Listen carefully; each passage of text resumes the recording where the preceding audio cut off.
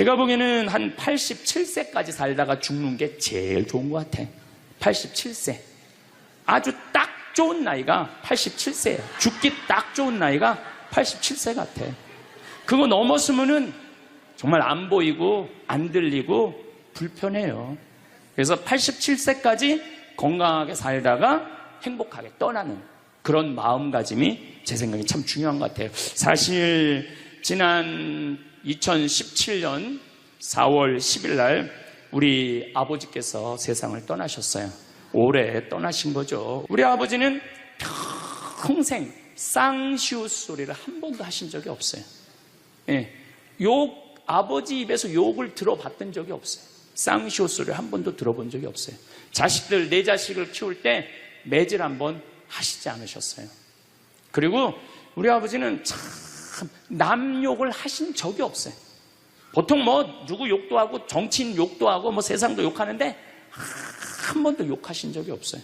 그리고 지금 요즘 아버지 생각을 이렇게 보면은 아버지한테 제일 놀라운 거는 우리 아버지가 그냥 옛날에 연초제조창이라고 담배 회사 그냥 기능 공무원이셨어요. 그러니까 뭐 여유 있게 돈을 쓰실 기회가 없으셨죠. 근데 어렸을 때도 돈이 없어서 불편하다, 돈이 있었으면 좋겠다 그런 말씀 하신 적이 없어요. 그냥 월급 봉투 딱 어머니한테 던지면은 뭐 집이 어떻게 됐든 아무 상관하지 않으시고 당신 산에 다니시고 정말로 신선같이 사셨어요. 근데 아버님이 올 초에 2달 고생하시고 돌아가셨어요. 40년 동안 병원 한 번 안 가시다가 2달 전에 쓰러지셔서 병원에 모셨죠. 병원에 모셨는데 내가 우리 형제들한테 그랬어요. 우리 아버지 평생 자식만을 위해서 살았다. 가족만을 위해서 살았다. 오로지 정말로 사랑하는 가족을 위해서 투신하신 분이다. 우리 아버지 간병인한테 맡기지 말자. 우리가 4형제니까 우리가 모시자. 그래서 누나가 제일 위니까 누나가 이틀, 큰형 이틀, 둘째 형 이틀. 난 이제 장가 안 갔으니까 나는 하루. 그래서 우리 뭐 형제들은 전부 다 결혼하고 손자들이 전부 다 아들, 딸 이러니까 아이들이 다 돌아가면서 아버지 병간호를 했어요. 그야말로 자식들 품에서 돌아가셨죠. 자식들 품에서 돌아가셨어요. 근데 아버님이 이렇게 4월 10일 날 월요일 날 쓰러지셨는데 의사들이 심폐소생술 하겠느냐고 그랬을 때 우린 싫다고 그랬어요. 왜 마지막으로 돌아가시는 아버지 갈비뼈를 다 부러뜨려? 그 정도 쓰러졌으면은 87세에 그 정도 병이시면은 이제 돌아가실 때예요. 근데 많은 경우 돌아가실 때 심폐소생술 하게 돼 있어요. 근데 우리는 원하지 않았어요. 네 자식 다. 그리고 아버님이 이 골수염이라는 이 병을 앓으셨는데 좀 많이 아프신 병이에요. 마지막에. 그래서 내가 아버지 원도 한도 없이 마약 놔드렸어요. 모르핀. 왜 죽기 전에 아프면서 죽어야 돼? 마약. 그래서 조금만 아픈 기미만 보이면은 간호사한테 가갖고 마약 놔달라고, 모르핀 놔달라고. 여러분들 죽기 전에 하느님이 인간한테 준 최고의 선물이 뭔지 아세요? 마약이에요. 마약. 그래서 호스피스 병동에서 아플 때 진통제 놔드리는 거, 마지막 효도는 마약 많이 놔드리는 거예요. 그래서 우리 아버지 돌아가시기 전에 원도 한도 없이 마약하고 가셨어요. 원도 한도 없이. 네. 무슨 얘기냐면 부모하고 자식은 살아서도 좋고 죽어서도 좋아야 돼. 그런데 부모님이 10년 동안 똥오줌 싸고 치매 걸려갖고 지겨워. 부모님 찾아오지도 않았어. 그래갖고 부모님이 돌아가셨어. 그럼 자식이 땅을 치고 불효한 것에 대해서 울면서 통곡해. 그리고 돌아가셨는데도 부모님 먼 데다 모셔놔갖고 1년에 한 번, 2년에 한 번 가고 살아서도 안 좋고 죽어서도 안 좋은 거예요. 그러니까 여러분들은 살아서도 좋고 죽어서도 좋은 부모 자식 관계를 유지하려면 죽음에 대해서 생각을 많이 하셔야 돼. 죽음에 대해서. 여러분은 몇 살까지 살고 싶으신가요? 황창현 신부님께서는 87세까지 살다가 죽는 게 제일 좋은 것 같다고 하시는데요. 저는 나이 들어서 너무 오래 사는 것도 고통일 것 같습니다. 자식과 살아서도 좋고 죽어서도 좋으려면 죽음에 대해 잘 생각해야 합니다. 자식 또한 부모님이 돌아가시고 나서 불효한 것에 대해 울면서 후회하지 않을 수 있어야 합니다. 오늘 황창현 신부님께서는 죽었다가 다시 살아난 사람들 2,500명에게 들은 하늘나라의 경험에 대해 말씀해 주시는데요. 죽으면 끝일까요? 끝이 아닐까요? 영상 후반부에 있는 나이가 들어도 늙지 않는 비밀, 무병장수하는 7가지 장수 습관도 꼭 끝까지 들어보셨으면 좋겠습니다. 황창현 신부님의 행복 특강, 지금 바로 시작하겠습니다. 영상이 마음에 드신다면 구독, 좋아요, 알림 설정 부탁드립니다. 제가 지금 화의 도전이라는 주제로 강의를 하고 있습니다. 지금은 4차 산업혁명 시대에 들어서고 있다고 그래요. 도대체 4차 산업이 뭐냐? 1차 산업은 증기기관의 발명 이후부터 1차 산업에 1800년서부터 한 1900년대까지 이 와트라는 사람이 증기를 가지고 힘을 쓰면서부터 증기기관차, 증기기선, 배, 그 다음에 옷 짜는 것도 증기방적기, 뭐 이래갖고 영국에서 시작된 산업혁명을 1차 산업이라고 그래요. 그리고 2차 산업은 에디슨이 1905년에 발견한 전기. 이 전기, 이게 1905년에 에디슨이 발명한 거예요. 그래서 이 전기로부터 시작되는 것을 2차 산업이라고 그래요. 지금 우리는 이 전기의 혜택을 다 받고 살죠. 여러분들 전기 다리미, 그 다음에 세탁기, 냉장고, 텔레비전, 전기 아닌 게 하나도 없어요. 여기 계신 분들은 2차 산업의 혜택을 받고 사시는 분들이죠. 그런데 3차 산업은 컴퓨터, 인터넷, 특별히 스티브 잡스가 시작한 스마트폰, 이게 완전히 세상을 완전히 바꿔놓은 것 3차 산업이에요. 1차 산업 때는 안 태어났지만은 2차 산업, 3차 산업은 누리고 사시는 분들이에요. 그런데 지금은 무슨 시대로 들어서느냐 하면 4차 산업 시대로 들어서고 있어요. 4차 산업이라는 건 뭐냐면은 인공지능, 로봇, DNA 조작, 이런 이 완전히 새로운 세상이 펼쳐지고 있죠. 지금 1940년도에 태어나신 분들, 1940년에서 49년 사이에 태어나신 분들 손 들어보세요. 이분들이 제일 복잡한 세상 속에서 살아가는 거예요.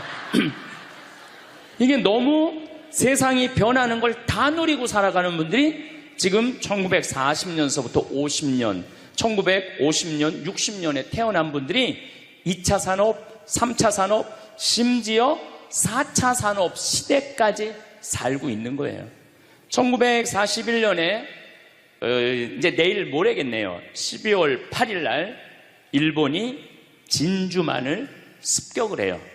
그거를 여러분들은 무슨 전쟁으로 들었느냐면 대동아 전쟁으로 들었어요. 그거는 일본 입장이고, 일본이 대동아 전쟁이지 우리는 아무 상관없어요. 근데 우리는 대동아 전쟁에 내가 그때 고생했다고 그러는데 그건 일본의 속국의 입장이야. 그러니까 그 대동아 전쟁이라는 말 우리 쓰지 말아야 돼. 태평양 전쟁이겠지. 미국하고 일본하고 한 전쟁. 그 태평양 전쟁 속에서 태어나갖고 고생이란 고생은 다 한 분들이 지금 70대예요. 그 전쟁 끝나고 좀 난 줄 알았더니 6.25가 또 터졌네.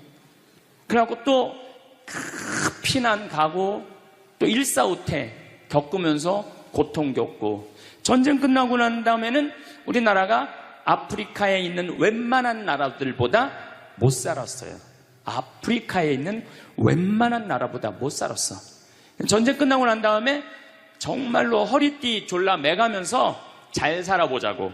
우리도 한번 잘 살아보자고. 그래갖고 너무 가난한 나라에서 올해 우리가 3만 달러를 넘었을 거라고 그래요. 3만 달러를 넘었으면은 드디어 선진국에 들어서는 거예요. 가장 가난한 나라에서 선진국까지 변화를 여러분들은 경험하고 계신 거예요. 그러니까 여러분들은 너무나 혼란스러운 세상 속에서 이날 이때까지 헤쳐나오고 계신 거예요. 근데 문제는 이제 2020년부터 펼쳐질 4차 산업 시대, 이것까지 살아야 되니까 얼마나 복잡해. 이것까지 살아야 되니까. 그냥 중간에 살다가 죽으면은 이 꼴 저 꼴 안 보고 그냥 좋은데, 아니, 안 죽으면서 지금 70대 후반 되신 분들, 앞으로 보통 20년 정도 더 사실 거예요. 70년대 후반 되신 분들. 근데 60대 되신 분들은 120살까지 거의 살 거예요. 지금 60대 되신 분들은. 그리고 재수없는 60대들은 200살까지 살 거예요. 200살까지. 재수없는 60대들은. 그 이야기를 제가 오늘 하려고 그러는 거예요. 자, 제가 한 10년 전에 평화방송에 이런 강의를 했었어요. 아마 또 평화방송에서 계속 틀어주니까 그 내용이 나올 거예요. 10년 전에 한 얘기예요. 앞으로 2020년이 되기 시작하면은 인간은 세 종류로 나눠질 것이다. DNA 조작 인간. 이제 DNA를 조작할 수가 있어요. 우리가 눈을 밝게 할 수도 있고, 귀를 잘 들리게 할 수도 있고, 근육이 완전히 이 아놀드 슈왈거네처럼 근육이 막 이렇게 튀어나오게 할 수도 있어요. 운동 안 해도 DNA 조작 인간. 옛날에는 DNA를 한번 내가 DNA가 어떤지 검사하려고 그러면은 2억 내지 3억이 들었어. 그런데 지금은 내 DNA를 검사하는데 얼마면 검사할 수 있냐면 5만 원이면 검사할 수 있어요. 5만 원이면. 세상이 엄청 변한 거예요. 그래서 이제는 지금 태어나는 아이들은 이제 아파서 병원 가는 일은 거의 없을 거예요. 미리 병원에서 전화를 해요. 너 요때쯤 심장마비가 올 DNA가 있다. 와서 고쳐라.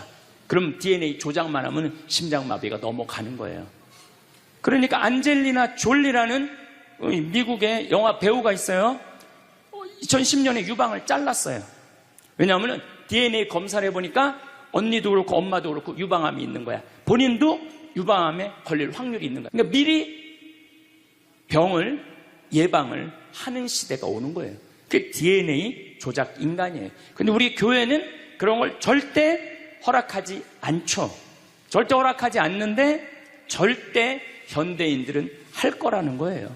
그 다음에 두 번째 인간은 어떤 인간이냐면 사이버 인간, 기계 인간이에요. 인공지능 로봇 인간.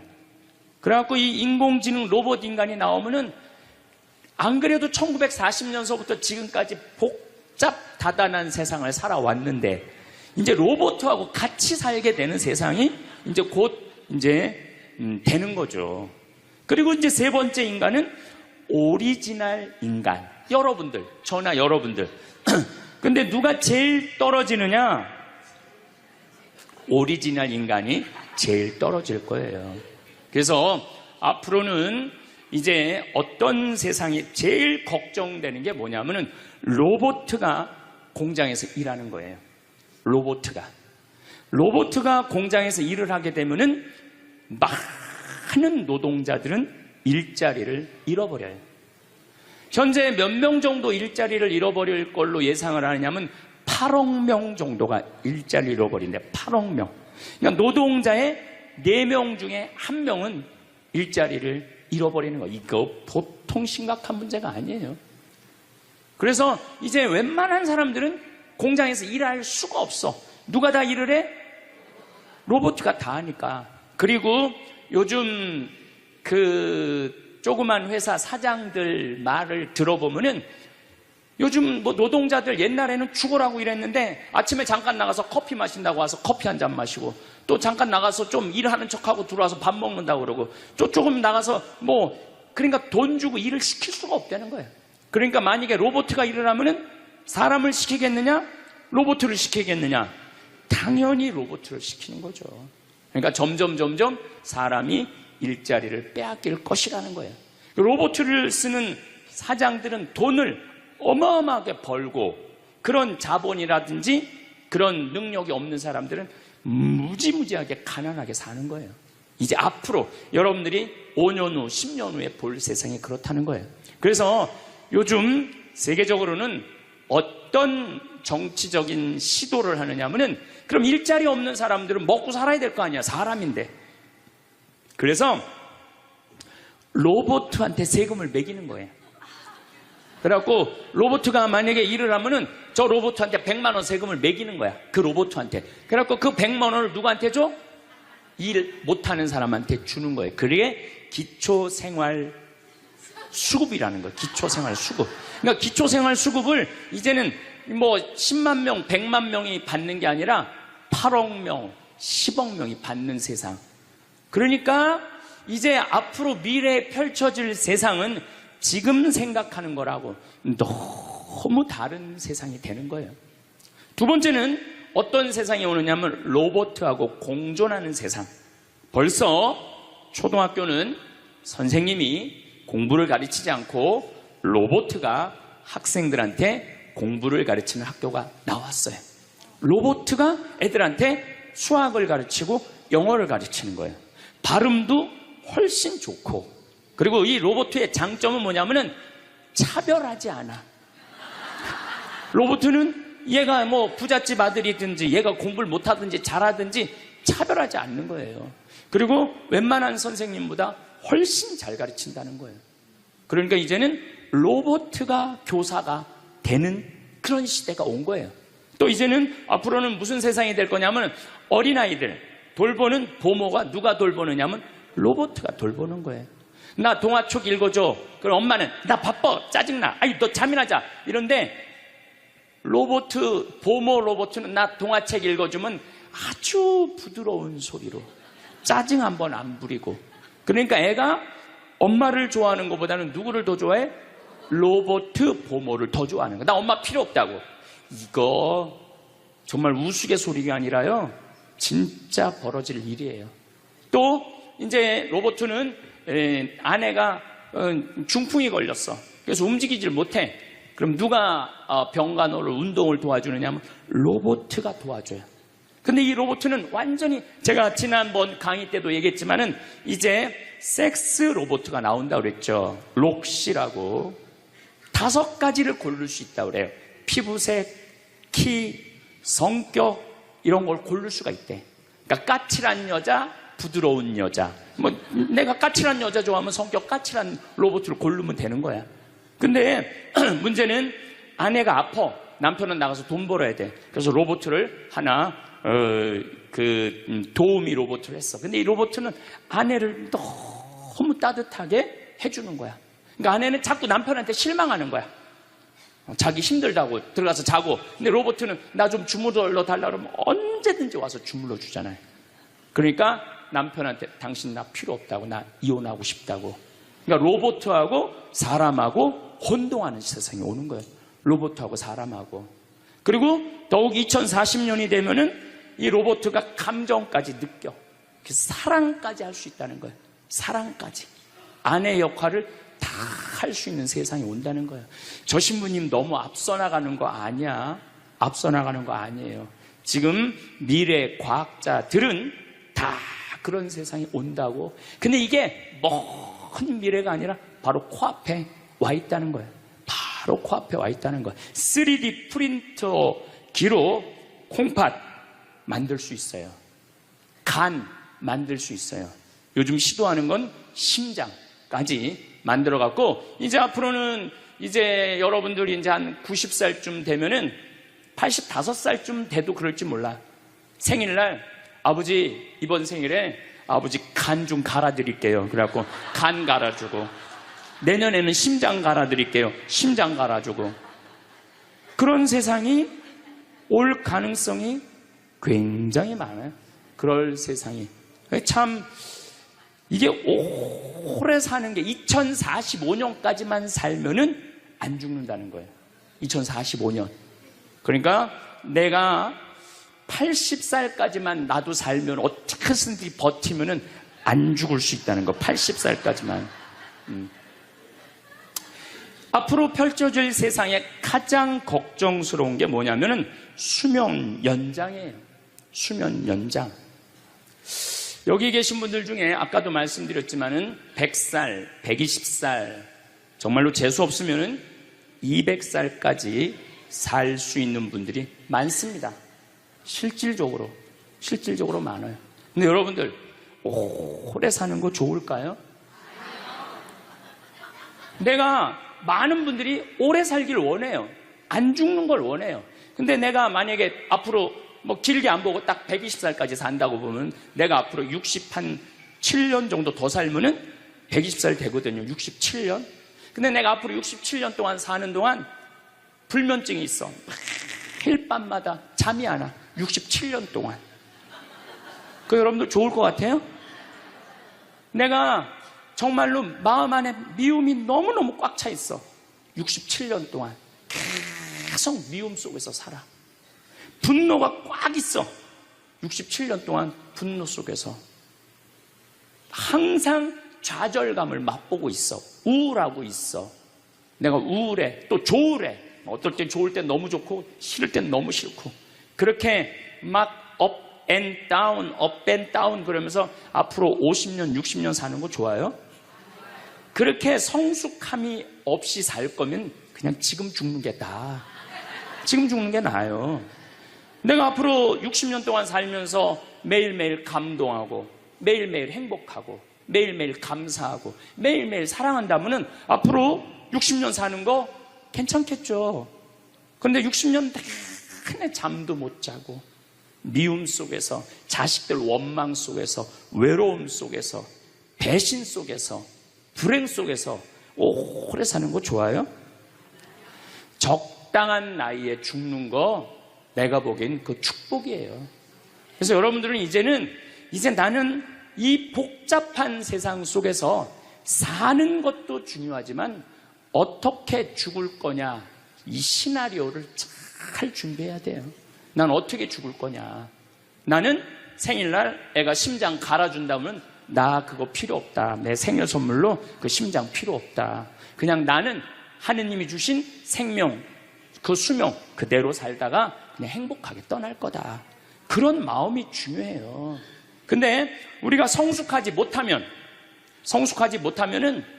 그냥 무조건 안 죽으려고만 용을 쓰는 거예요. 또 하늘나라에 대한 희망이 없는 사람들이 안 죽으려고 그러는 거예요.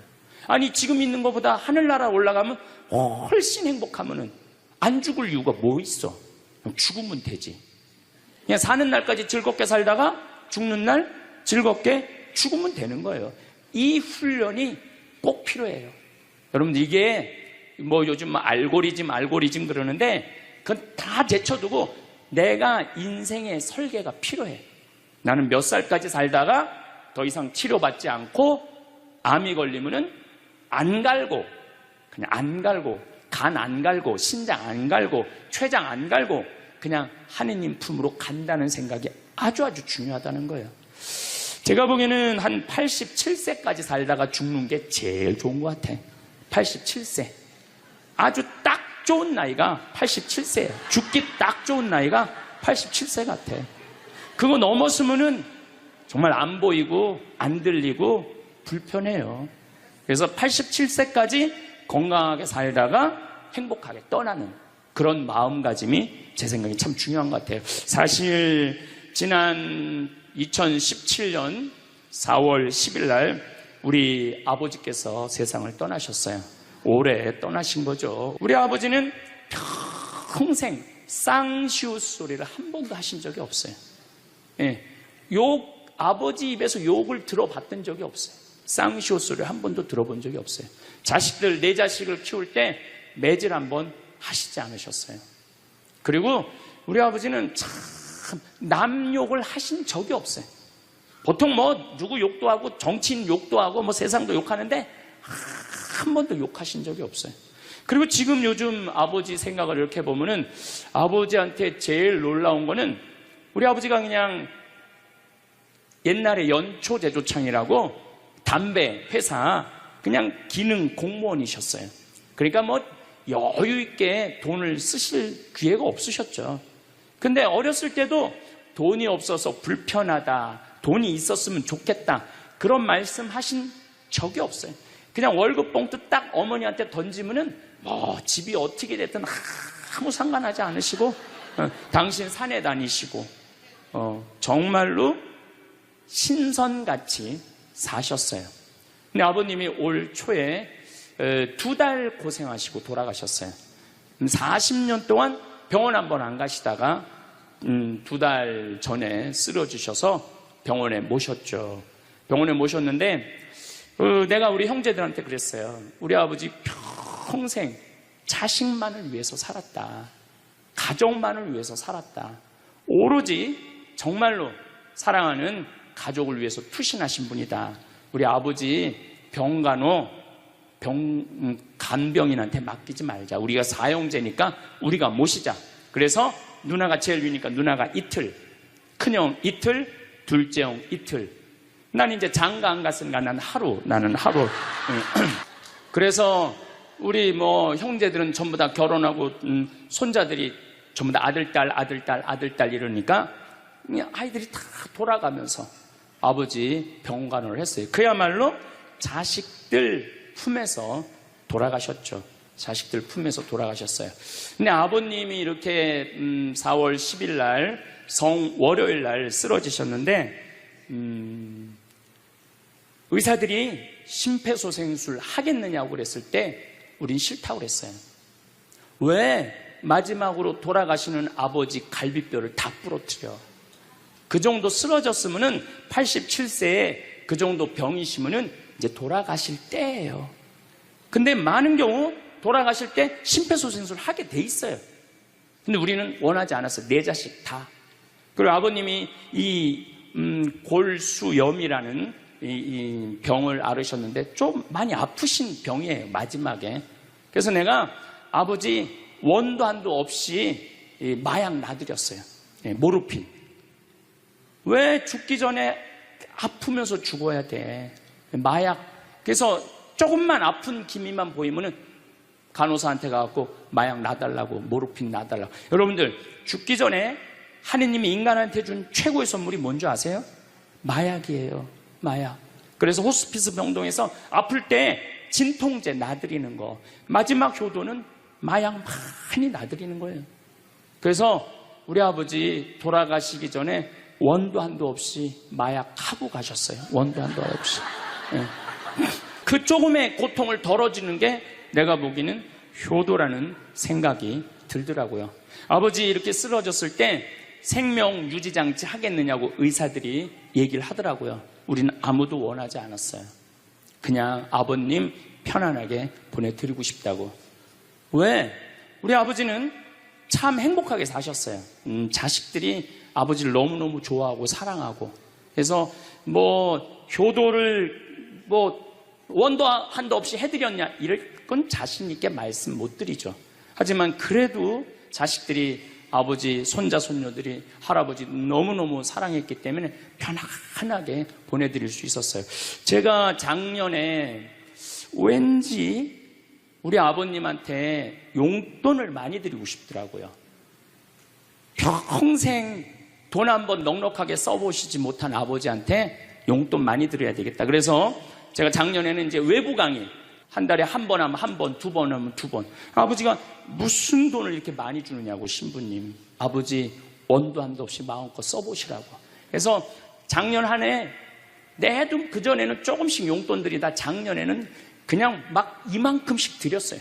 아버지 원도 한도 없이 쓰시라고. 마음 안에 이런 마음이 있었어요. 한번 평생 마음껏 돈 한번 써보시지 못한 아버지 마음껏 돈 쓰시라고. 그랬다 뭐 1억을 드리거나 2억을 드린 게 아니야. 100만 원, 200만 원, 한 달에 300만 원 용돈 드린 거죠.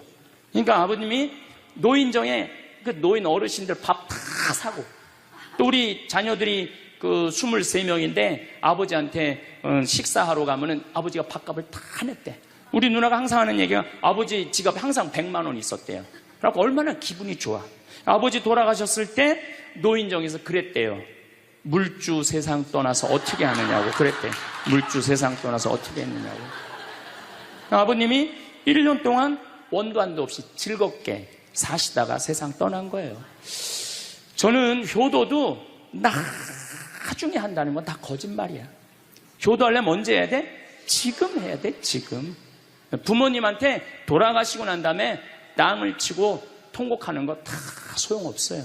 그냥 내가 지금 할 수 있을 때 최선을 다해서 효도하는 게 그게 효도라는 생각이 들더라고요.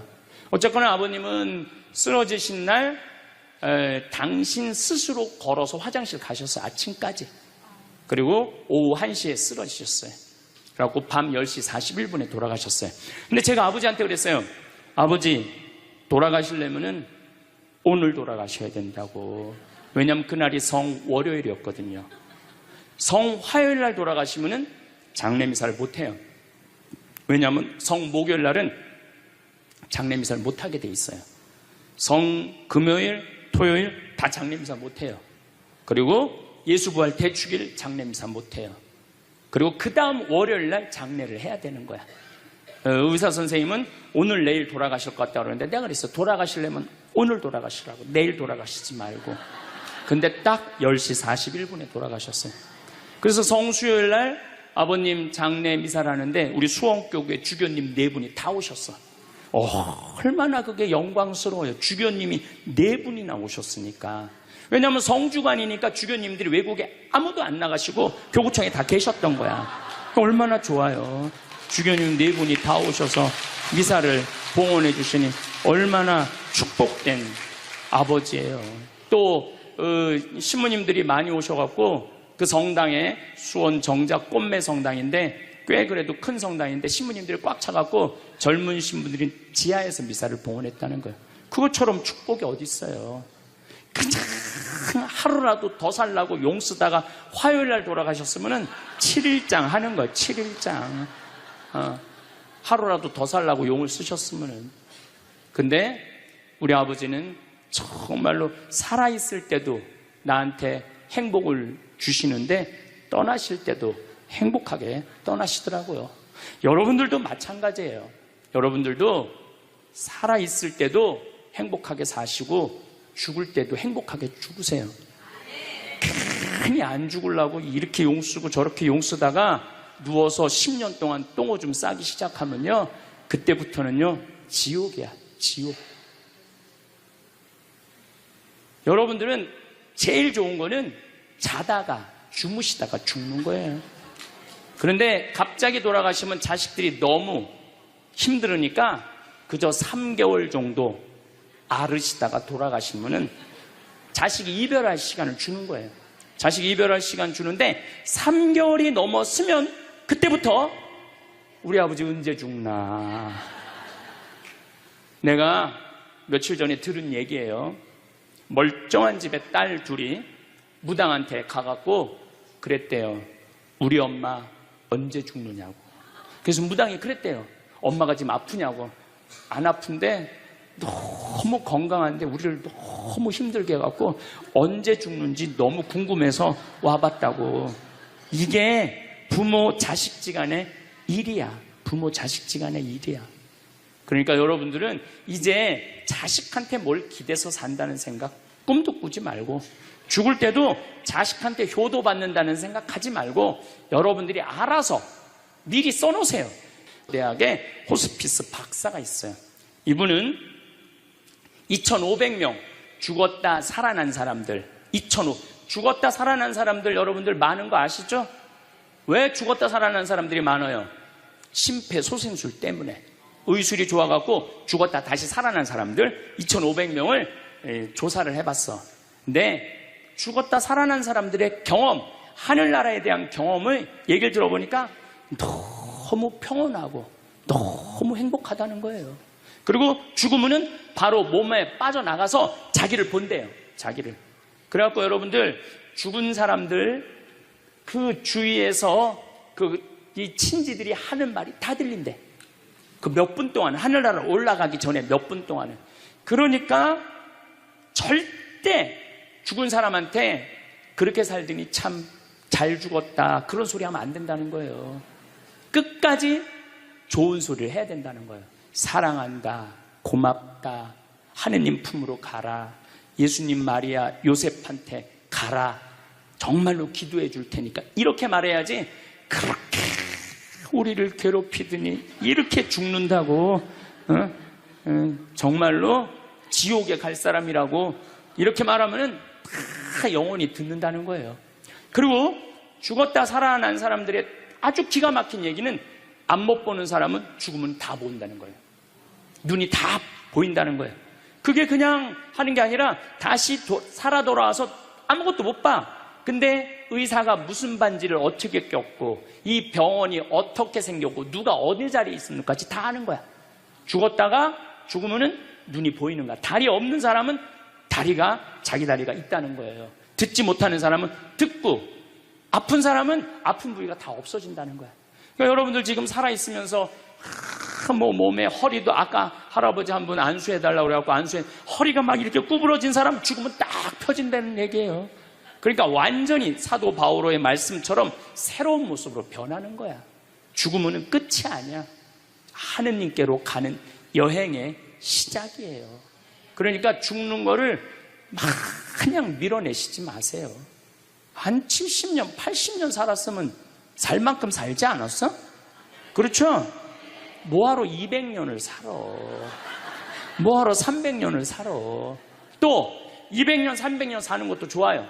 그런데 정말로 감동 속에서, 행복 속에서, 사랑 속에서 200년, 300년을 살면 좋지. 근데 여러분들 한 200살 되면 여러분들하고 놀아줄 사람이 몇 명이나 될 것 같아? 200살 단 사람하고. 그 외로움 속에서 사는 거예요. 그래서 자연의 순리를 따르고 사는 게 가장 좋은 거예요. 자연의 순리를. 그래서 사는 만큼 살다가 떠날 때 이제 누구한테 간다고 생각하면 돼? 하느님 아버지한테로 간다고 생각하면 돼. 그래서 죽는 게 결코 나쁜 게 아니에요. 저도 아버님을 보내드리면서 굉장히 슬펐죠. 하지만은 우리 아버지 너무너무 열심히 사셨고, 마지막에 우리 주교님들, 우리 사제들, 또 수많은 교우들이 기도 속에서 저는 아버지 하늘나라로 갔다고 생각을 해요. 또 아버지는 살아생전에 고향이 경상도 함양인데 어머니가 이미 가묘를 다 해놨어, 고향에다가. 근데 아버지는 고향에 가기 싫다는 거예요. 어머니는 고향에 가고 싶고, 죽으면은. 그래서 아버지는 나는 고향에 안 가. 어머니 왜 안 가냐고, 그 고향에 그 좋은 산소 써놓고 맨날 두 분이 간다 안 간다 그러시더라고요. 난 그 얘기를 들을 때마다 참 웃기더라고요. 왜 웃기냐면은 갔다가 모셔다가 묻는 건 우린데 본인이 간다고 가고 안 간다고 안 가. 우리가 모시는 대로 가는 거지. 근데 작년에 아버님이 굉장히 건강하셨어요. 올해 쓰러지시기 전에. 근데 아버님 말씀이 제 귀를 울리더라고요. 그래서 우리 천주교 수원교구 안성 천주교 공원묘원에 갔어요. 가고 우리 후배 신부님한테 제일 좋은 자리를 좀 봐줘라. 딱 갔는데 정말로 산소 자리가 좋더라고요. 그냥 양지 바른데 앞에 우리 아버지가 참 파란 걸 좋아하셨는데 그 아버님 내가 산소 자리 본데 앞에 파란 골프장이 쫙 보여. 얼마나 좋은지. 그래갖고 아무도 몰래, 우리 가족 아무도 몰래 내가 예약을 해놨어요. 그리고 아버님 돌아가셨을 때 안성 천주교 공원묘 모셨죠. 아버님이 왜 고향에 가기 싫어하셨느냐면은 우리 큰할아버지, 둘째 할아버지가, 셋째 할아버지까지 있었는데 큰할아버지가 딸만 6을 낳았어요.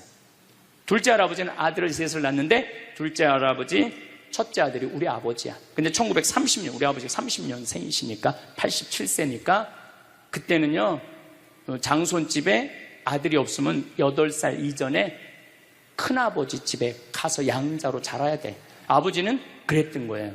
그래서 친어머니 아버지 밑에서 못 자라셨어. 그래 고향이 싫은 거야. 그래서 난 고향에 안 간다고. 근데 제 생각에는 그 아버님의 마음을 헤아려 주는 게 난 예의라는 생각이 들더라고요. 그래서 아버님 원하는 대로 안성에 모셨는데 얼마나 좋은지 몰라요. 어제도 갔다 왔어요. 그냥 오며 가며 가는 길에, 강의 가는 길에 한번 가서 뵙고, 우리 아버님 마지막까지 담배를 피셨어요. 그것 때문에 돌아가신 거지만은, 그래갖고 어제도 담배 한 대 탁 물려드렸어요. 피시라고. 갈 때마다 담배를 한 대씩 물려드리세요. 무슨 얘기냐면, 부모하고 자식은 살아서도 좋고 죽어서도 좋아야 돼. 그런데 부모님이 10년 동안 똥오줌 싸고 치매 걸려갖고 지겨워. 부모님 찾아오지도 않았어. 그래갖고 부모님이 돌아가셨어. 그럼 자식이 땅을 치고 불효한 것에 대해서 울면서 통곡해. 그리고 돌아가셨는데도 부모님 먼 데다 모셔놔갖고 1년에 한 번, 2년에 한 번 가고, 살아서도 안 좋고 죽어서도 안 좋은 거예요. 그러니까 여러분들은 살아서도 좋고 죽어서도 좋은 부모 자식 관계를 유지하려면 죽음에 대해서 생각을 많이 하셔야 돼. 죽음에 대해서.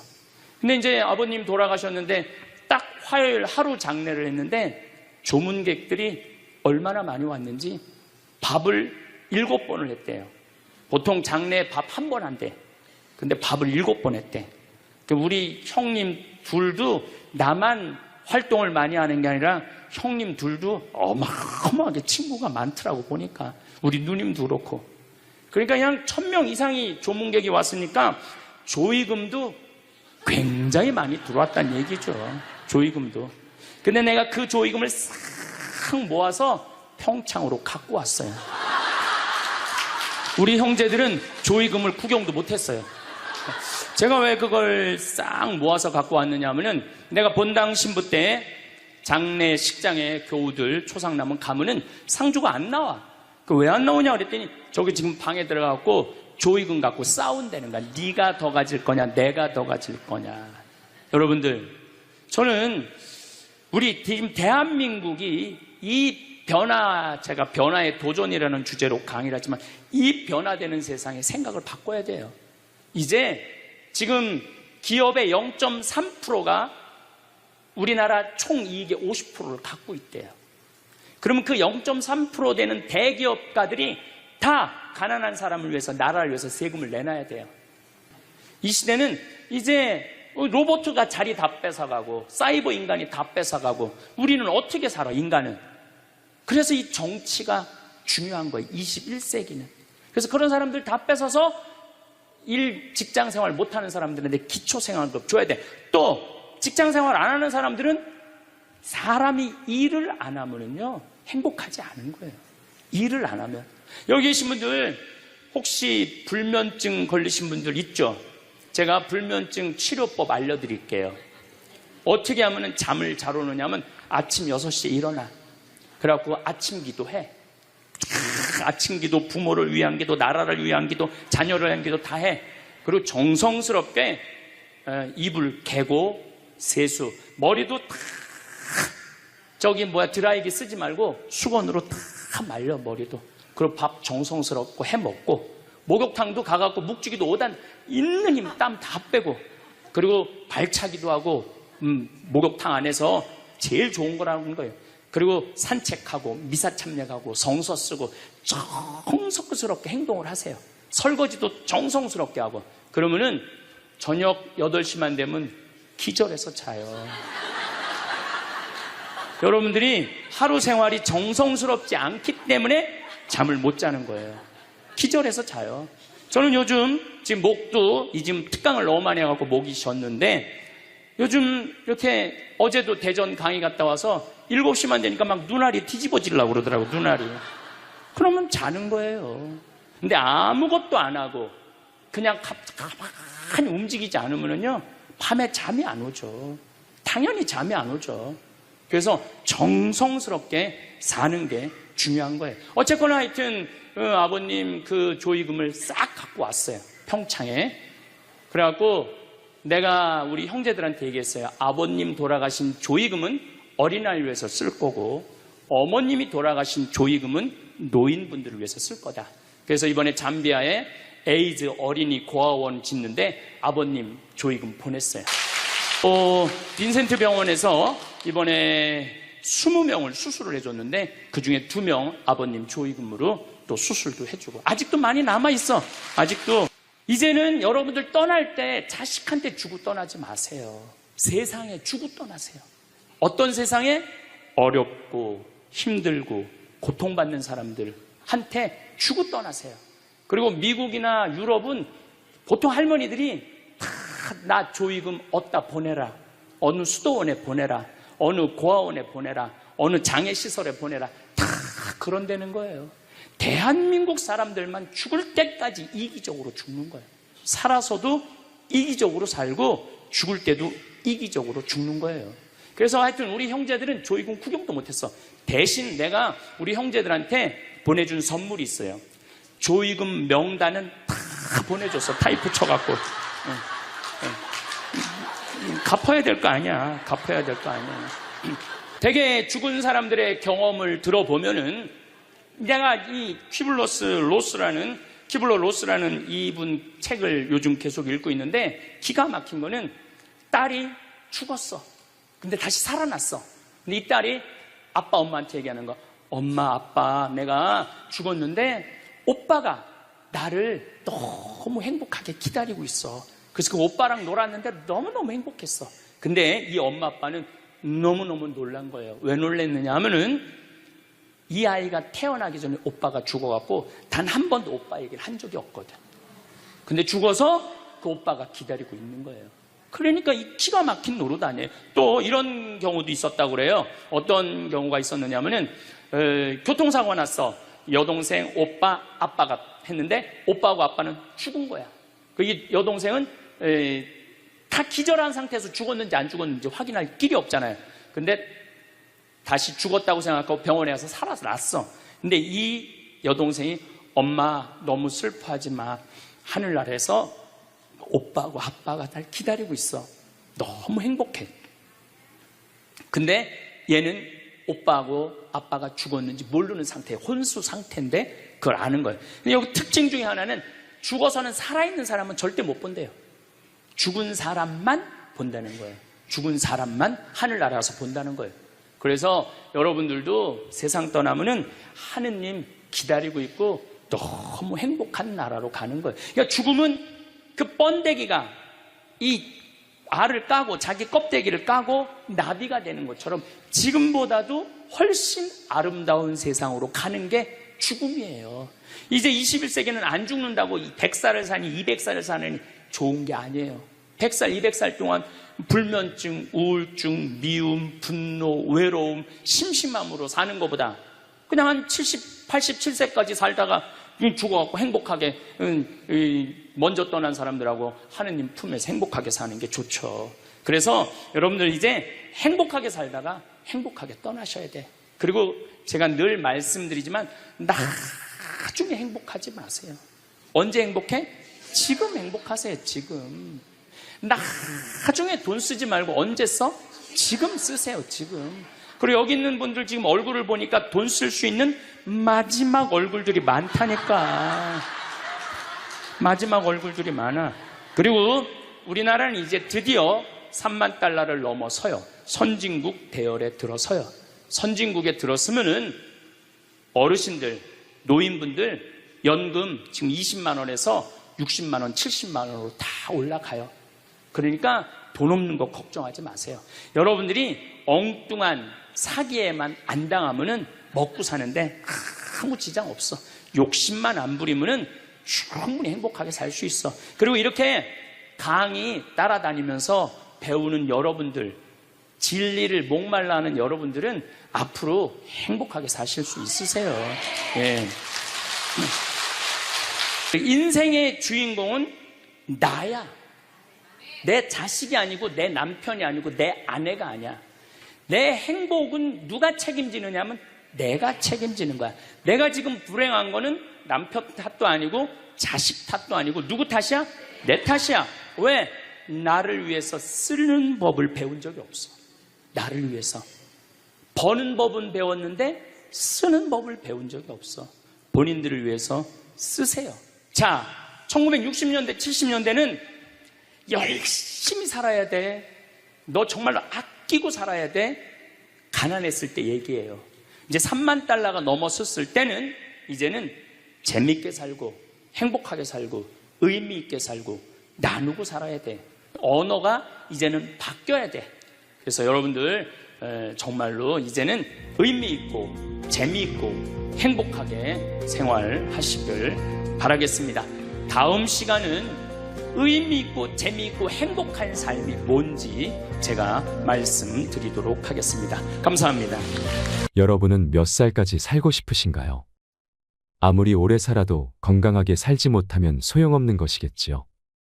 오늘은 무병장수하는 7가지 장수 습관을 말씀드리겠습니다. 나이 들수록 운동보다 이 습관만큼은 목숨 걸고 꼭 해야 합니다. 사람마다 인생의 길이가 있습니다. 우리는 그걸 수명이라고 말합니다. 그렇다면 왜 어떤 사람은 오래 살고 다른 사람은 짧게 살까요? 2022년 노인 학회지에 발표된 연구에 따르면 실험 연구에 참가했던 사람 중에 긍정적이고 낙관적인 사람은 그렇지 않은 사람보다 90세 이상 살 가능성이 높았다고 발표했습니다. 다시 말해서 두려움과 걱정을 없애라는 말입니다. 사람들이 의외로 모르는 7가지 장수 습관. 지금 이 영상을 보고 난 뒤 한 번에 모든 걸 하려고 하지 않고 7가지 습관 중에 한 개만 딱 가져가겠다는 마음으로 30분 안에 실천해 보세요. 무병장수 인생을 사는데 많은 도움을 줄 거라 확신합니다. 첫 번째, 절대 귀가 멀어지면 안 됩니다. 흔히 나이를 먹으면 귀가 잘 안 들리게 되는 게 당연하다고 여기는데 청력 감퇴는 그리 쉽게 볼 문제가 아닙니다. 귀가 잘 안 들리면 인지 기능이 급격히 떨어지게 되기 때문입니다. 청력이 떨어지면 다른 사람과 대화할 일이 줄어듭니다. 상대방의 이야기를 편안하게 들을 수 없으니 아무래도 누군가와 이야기하기 꺼려집니다. 이러면 사회 활동량이 줄어들고 우울감을 자주 느끼며 사회적 고립 상태에 빠지기 쉬워서 인지장애를 겪을 확률이 높아지지요. 또 귀가 멀어지면 다른 사람의 말을 듣기 위해 뇌 에너지의 대부분을 청각 처리에 사용하게 되면서 다른 인지 기능들은 상대적으로 점점 쇠퇴해 갑니다. 임상 경험으로 봐도 70대의 청력이 떨어지면 인지장애가 발병하는 경우가 많았습니다. 따라서 귀가 잘 안 들린다면 이비인후과에 방문해서 난청의 진행을 늦추는 동시에 주저하지 말고 보청기를 사용해야 합니다. 귀 건강을 유지해서 다른 사람과 계속 대화할 수 있다면 인지장애가 발병할 위험도 줄어들게 할 수 있습니다. 옛날에는 보청기가 크고 갑자기 소리가 울리기도 해서 여러모로 불편했지만 요즘에는 기술이 발달한 덕에 성능이 좋아진 데다 크기도 작아져서 편리해졌습니다. 가격은 보통 100만 원, 300만 원대로 예전에 비해 저렴한 편이나 그래도 부담스럽다면 월 2만 원, 3만 원 정도로 사용할 수 있는 렌탈 서비스가 있으니 시험 삼아 이용해 보길 추천합니다. 저렴하면서도 성능 좋은 보청기를 빌려서 쓸 수 있을 것입니다. 아울러 난청의 진행 정도에 따라서 청각 장애인으로 인정받으면 국가에서 제공하는 보조금을 받을 수도 있습니다. 두 번째, 나이 들수록 외모에 신경 써야 합니다. 심리치료법 중에 행동을 변화시켜서 감정을 조절하는 행동치료라는 방법이 있습니다. 흔히 알고 있는 인지치료와 대응하는 개념으로 이전과는 다른 새로운 경험을 시도하거나 낡은 습관을 바꿔서 마음을 치료하는 방법입니다. 이는 60에서 70대 노인이 젊어지는 방법으로도 딱 들어맞습니다. 기분이 좋지 않을 때 억지로라도 화장을 하고 머리를 다듬으면 마음이 한결 나아집니다. 보통은 행동보다 마음이 먼저라고 생각하기 쉽지만 때로는 마음이 행동의 지배를 받습니다. 다시 말해 예쁜 옷을 입거나 보톡스로 주름을 펴는 등 외모에 신경을 씀으로써 감정까지도 조절할 수 있습니다. 따라서 고령자일수록 외모 관리가 중요합니다. 지금까지 만나온 여러 환자들을 보더라도 겉모습이 노인에 가까울수록 감정의 노화가 더욱 성큼성큼 진행되어 결국에는 전신 기능이 쇠약해지는 경우가 많았습니다. 반대로 노인임에도 외모에 신경을 쓰는 사람은 대체로 건강합니다. 요양원에는 보통 출장 미용사가 정기적으로 찾아와서 커트와 파마 염색 등의 유료 서비스를 진행하는데 직원들에게 물어보면 이러한 서비스를 이용하는 사람들은 대체로 인지장애 단계가 낮고 진행 속도도 더디다고 합니다. 나 역시 인지장애를 앓고 있는 고령의 여성이 공들여 화장한 모습을 보면서 어딘가 모르게 생기가 넘치는 듯하다는 느낌을 여러 차례 받은 적이 있습니다.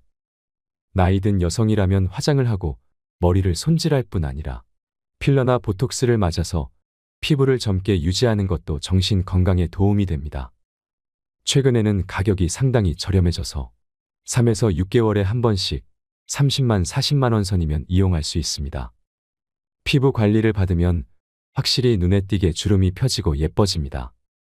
나이가 들어도 주변 사람들에게 충분히 매력적으로 보일 수 있습니다. 아직도 우리나라에서는 이러한 안티에이징 시술을 반칙이라고 여기는 사람이 많습니다. 하지만 노후에는 어떤 일이라도 반칙으로 단정짓지 않는 사고방식이 중요합니다. 세 번째, 고기를 먹어야 합니다. 강연장에서 고령자일수록 고기를 먹어야 한다라고 말하면 열의 9은 콜레스테롤 수치가 걱정된다는 대답이 돌아옵니다. 이러한 걱정을 덜어주기 위해 여기서 확실하게 언급하건대 콜레스테롤이 몸에 해롭다는 말은 가짜 뉴스, 즉 잘못된 정보입니다. 오히려 노후에 건강하게 지내려면 콜레스테롤은 반드시 필요합니다. 애초에 콜레스테롤은 인간을 포함한 동물의 몸을 구성하는 지방의 일종입니다. 성호르몬과 세포막의 재료로서 생명체에게 없어서는 안 될 주요한 성분입니다. 그뿐 아니라 뇌에서 세로토닌을 운반하는 중요한 역할을 맡고 있습니다. 세로토닌이란 뇌의 신경세포들 사이에서 여러 자극이나 감정을 전달하는 신경 전달 물질 중의 하나입니다. 신경 전달 물질 중에는 도파민, 아드레날린이 유명하지만 세로토닌은 이런 신경 전달 물질의 분비량을 조절하는 지휘관 같은 존재로서 인간의 마음을 조종하는 역할을 담당합니다. 콜레스테롤은 이와 같은 세로토닌을 운반하는 물질로 콜레스테롤 수치가 높은 사람일수록 우울증에 걸릴 확률이 낮고 또 우울증에 걸리더라도 빨리 나을 수 있습니다. 또한 콜레스테롤은 남성 호르몬인 테스토스테론을 구성하는 재료입니다. 요즘 성관계를 맺지 않는 사람이 늘어나고 있는 이유도 콜레스테롤을 줄여야 한다는 잘못된 믿음이 퍼지면서 남성 호르몬 수치가 줄어든 탓에 있다고 생각합니다. 더욱 놀랍게도 콜레스테롤 수치가 낮으면 암에 걸리기 쉽다는 연구 자료도 있습니다. 이는 면역 세포를 구성하는 재료가 부족해지기 때문입니다. 물론 콜레스테롤 수치가 지나치게 높으면 고콜레스테롤 혈증으로 동맥경화를 일으킬 위험도가 높아지는 것이 사실입니다. 하지만 반대로 너무 낮아도 혈관이 약해져서 뇌졸중을 앓을 확률이 커집니다. 일본인의 평균 수명이 세계에서 제일 높은 축에 속하는 이유 중에 하나도 옛날과는 비교할 수 없을 만큼 고기를 많이 먹어서 콜레스테롤 섭취량이 크게 증가한 덕에 있습니다. 콜레스테롤 수치가 오르면서 혈관이 탄력 있고 튼튼해졌고 때문에 출혈성 뇌졸중으로 인한 사망자가 감소한 것입니다. 네 번째, 많이 씹어야 합니다. 음식과 관련해서 씹기의 중요성도 언급하고 싶습니다. 예전에 초등학생을 대상으로 다음과 같은 기억력 테스트를 실시한 적이 있습니다. 다양한 색깔의 판을 배치해서 30초간 외운 다음 그것과 똑같은 순서로 색깔 카드를 뽑게 하는 시험이었습니다. 그런데 이때 껌을 씹으면 정확도가 2배나 올라갔습니다. 연구 결과 껌을 씹으면 뇌의 혈류량이 증가했는데 특히 기억을 관장하는 해마의 혈류량이 크게 늘어났습니다. 이는 우리가 음식을 씹을 때 사용하는 근육인 깨물근이 3차 신경을 통해 뇌와 이어져 있기 때문입니다.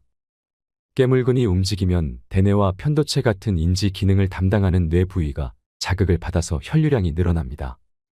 또 껌을 씹으면 치아를 감싸고 있는 치근막에도 압력이 전달되는데 이 역시 뇌와 이어져서 뇌를 자극하고 활성화합니다. 따라서 반대로 건강하지 못한 치아는 인지 장애를 일으키는 원인이 됩니다. 이유는 크게 2가지입니다. 첫째, 씹는 횟수가 줄어들면 뇌로 가는 자극이 감소해서 인지 기능이 떨어지게 되기 때문입니다. 둘째, 씹는 힘이 약해지면 신선한 채소와 같이 딱딱한 음식을 피하고 면처럼 부드러운 음식을 자주 먹게 되는데 그에 따라 비타민이 부족해져서 인지장애가 발생할 위험이 커집니다. 실제로 치아가 거의 없는 사람은 치아가 20개 이상 있는 사람에 비해 인지장애가 발생할 확률이 1.85배나 높다는 연구 결과가 있습니다. 또 알츠하이머형 인지장애 환자는 채소 섭취량이 적다고 합니다. 이 때문에 건강하게 오래 살고 싶다면 돈이 많이 들더라도 틀니나 임플란트를 활용해서 치아 건강을 지켜야 합니다. 덧붙여서 뇌를 자극하기 위해서는 깨물근을 많이 움직여야 하므로 껌이나 오징어를 자주 씹으면 좋습니다. 심심할 때 간식거리를 씹는 것만으로도 뇌 건강을 지켜낼 수 있습니다. 새끼 식사를 할 때에도 젊었을 때보다 더 많이 씹어먹는 습관을 들여야 합니다. 이러한 작은 습관이 뇌의 노화를 늦춥니다. 5번째, 무슨 일이든 일을 해야 합니다. 세계적으로 인정받는 장수 지역에는 다음과 같은 공통점이 있다고 합니다. 무엇보다도 사람들이 꾸준히 몸을 움직입니다. 장수 지역에는 나이가 들어도 밭일, 정원 가꾸기, 집안일 등으로 꾸준히 몸을 움직이는 사람들, 즉 일하는 사람들이 많았습니다. 그 외에도 배부르게 먹지 않기, 목적 의식 지니기, 스트레스 해소하기 등의 공통점이 있었지만 건강하게 오래 살기 위한 조건으로 꾸준히 몸을 움직이는 것, 즉 일하기를 제일 중요하게 꼽았습니다. 일하기의 중요성을 알려주는 또 다른 예로는 영국의 한 경제지에서 수십 년에 걸쳐 진행한 행복도에 관한 조사를 들 수 있습니다. 여기서는 이혼이나 배우자의 사망 실업과 같은 삶의 큰 사건으로 사람의 행복도가 어떻게 달라지는지를 조사했는데 인간의 행복도에 가장 크게 부정적인 영향을 미치는 요소는 실업이었습니다. 이혼이나 배우자의 사망보다 일자리를 잃는 일이 인간을 가장 불행하게 만드는 요소였습니다. 인간에게 일은 절대 없어서는 안 될 요소입니다. 세계 각지에서 진행된 비슷한 조사들에서 모두 늙어서도 계속 일해야 오래 살 수 있고 행복도도 높다는 결론이 나왔습니다. 관련 자료를 다 소개하자면 책 한 권을 채우고도 남을 정도로 방대합니다. 그만큼 과학적으로 밝혀진 사실임이 틀림없다는 뜻입니다. 노후를 건강하고 행복하게 그리고 유의미하게 보내기 위한 가장 중요한 조건은 일하기라고 생각합니다. 정년이 곧 은퇴가 아님을 명심하고 연령에 맞게 아니 때로는 나이를 잊고서라도 계속 일하는 것이 인생을 의미 있게 보내는 방법입니다. 6번째, 규칙적인 생활로 수면 리듬을 유지해야 합니다. 불면증의 원인은 다양합니다. 우울증이 원인인 경우도 있고 순환기계 질환처럼 몸 상태가 좋지 않아서 잠을 못 자는 경우도 있습니다.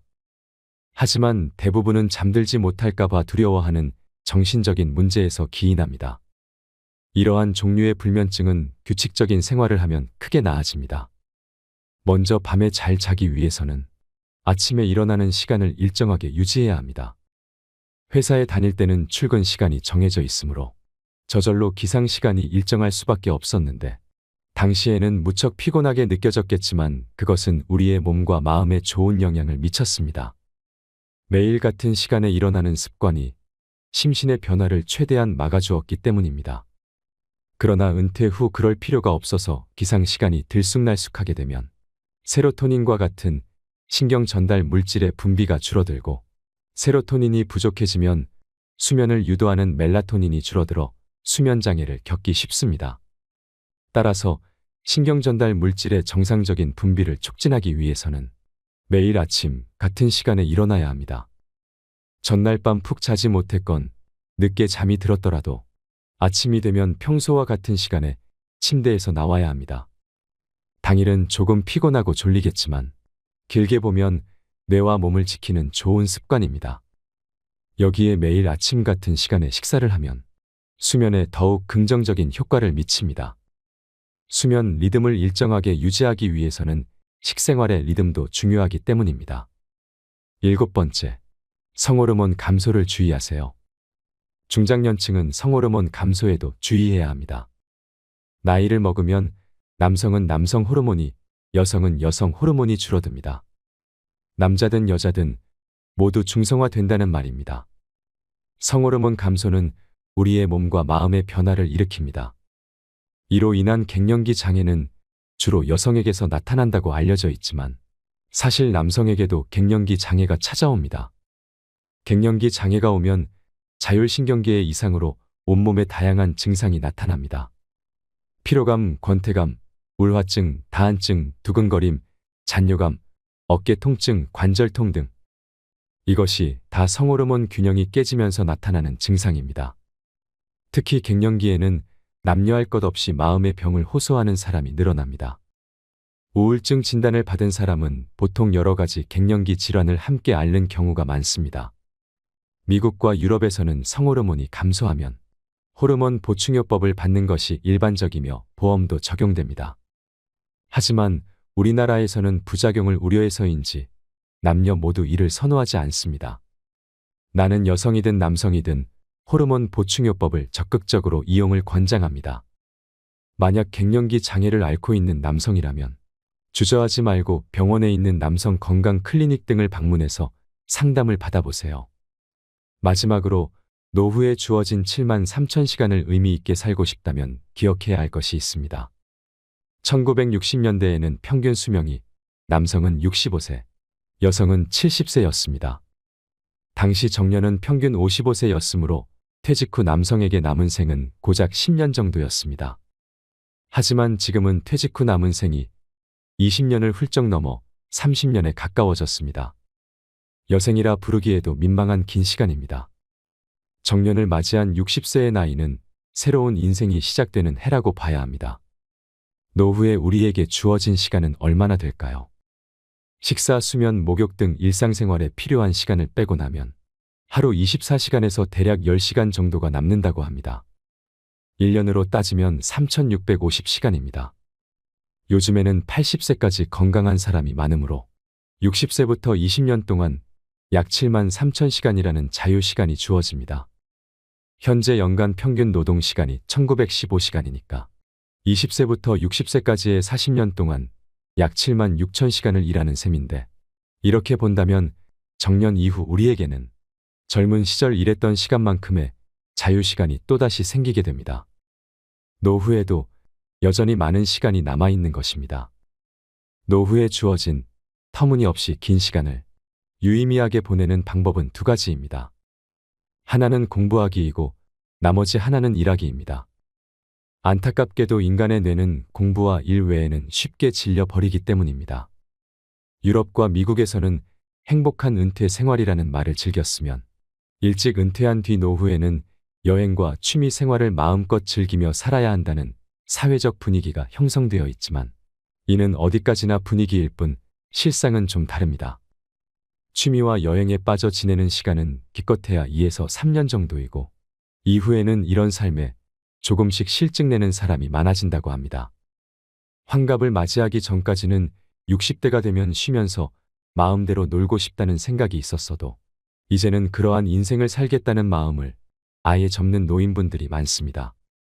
그래서 힘이 닿는 한 앞으로도 계속 지금까지 해왔던 방식대로 일하자고 마음먹는 게 좋습니다.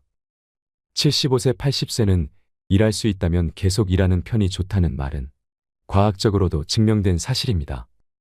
실로 다양한 연구와 조사를 통해 노동은 인간을 건강하게 오래 살도록 해주고 인생의 충실감을 느끼게 해주며 행복한 노후를 보내게 해준다는 점이 밝혀졌습니다.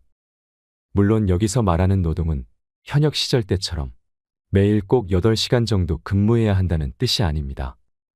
자신의 시간에 맞춰 파트타이머로 일해도 좋고 또 집안일이나 봉사활동처럼 다양한 형태의 노동도 포함됩니다.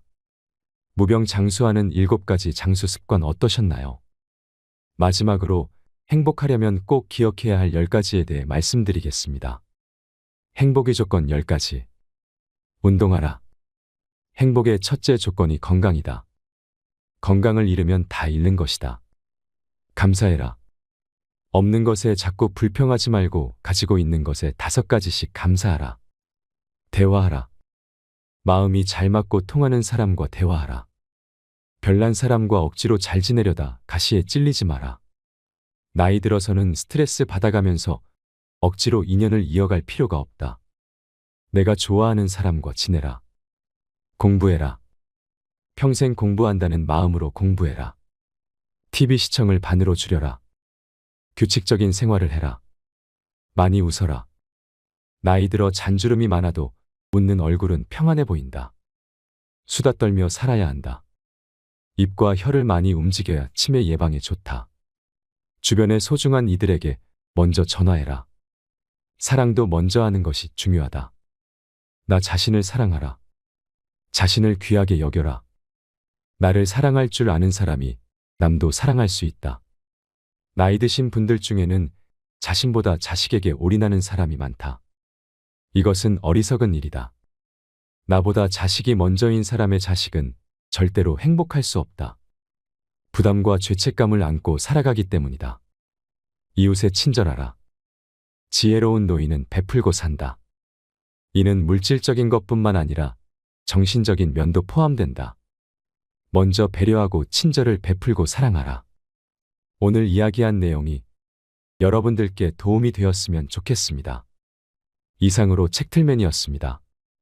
끝까지 시청해 주셔서 감사합니다.